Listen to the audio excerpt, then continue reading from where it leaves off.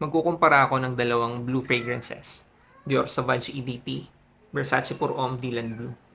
Kamusta mga brad? It's me Eric, welcome back sa Pocket Sense PH kung saan gumagawa kami ng mga content tungkol sa pabango.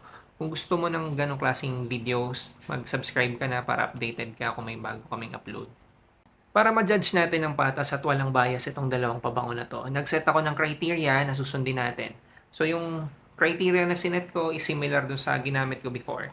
Number 1, scent profile. Number 2, performance. Number 3, versatility. Number 4, complement factor. Number 5, presyo. For each criteria, pipili tayo kung sino yung panalo, magbibigay tayo ng 1 point kung sino yung mananalo. Pero pwede rin namang kung masyadong dikit yung laban, bigyan natin ng tie or ng tabla. In case na magkaroon ulit ng tie, tatanong ko sa asawa ko kung sino yung iboboto niya. Criteria number 1, scent profile. Si Sauvage clean and fresh, may metallic vibe, may sharpness. Si Dylan Blue, clean and fresh din, may slight sweetness.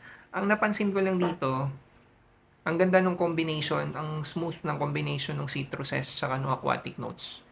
Pareho silang may ambroxan, pareho yung target market nito. Medyo pareho yung direksyon na pinupuntahan nila eh. Parehong clean and fresh na masculine. Para sa akin nga, very masculine eh. Pareho ah. Yung dating ni Sauvage may pagka-aggressive. Contrary sa dating ni Dylan Blue. Si Dylan Blue ang approachable.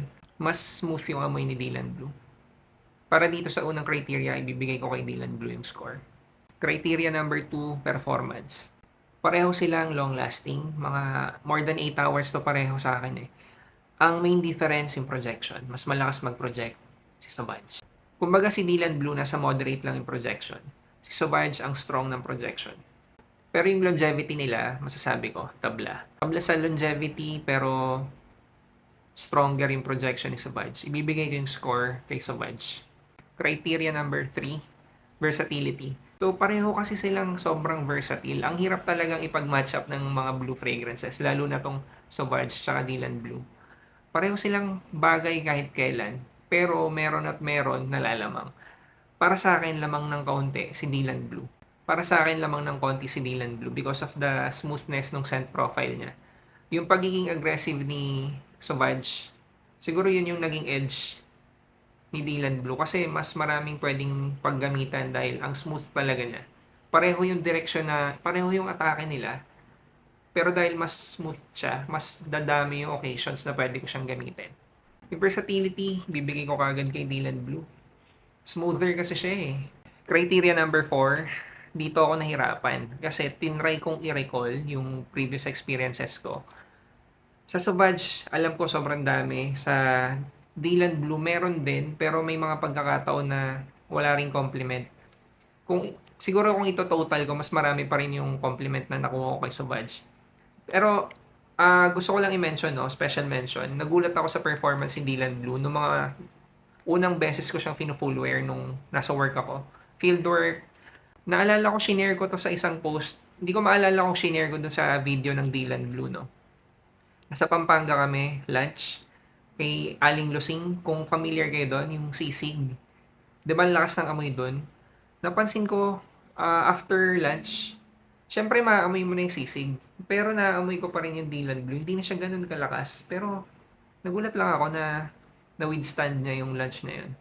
Pero sa compliment factor, sa experience ko lamang yung kay Sauvage.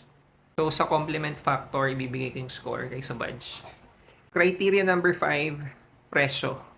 So kapag sinide by side natin yung price ng Dylan Blue tsaka ng Sauvage na 100 ml, mas murang dihamak si Dylan Blue. Sa 100 ml, makakakuha ka na ng Dylan Blue sa less than 4,000 na presyo. Siyempre, nag-iiba-iba yan. Pwede mas mababa, pwede mas mataas. Pero sa Sauvage, lalagpas ng 6,000 eh. Swerte ka na kung makakuha ka ng less than 6,000 sa 100 ml na bote. So, sa usapang presyo, ibibigay ko yung score kay Dylan Blue. So, sa matchup na to, using yung criteria na sinet ko, lumamang si Dylan Blue. Ang laking bagay nung mas mura siya kumpara kay Sauvage sa 100 ml. Kasi doon ko minsan nasasabi na ang underrated neto kumpara dun sa mga ibang sikat na blue fragrances. Kasi for the price, same sila ng atake. Tapos, at least dun sa criteria ang sinet ko lamang pa si Dylan Blue eh, kung walang bias. Masasabi kong walang bias kasi mas gusto ko si Subaj. Mas madaming beses ko siyang ginagamit. Katulad nung na-mention ko kanina, mas marami na akong compliment na nakuha kay Subaj.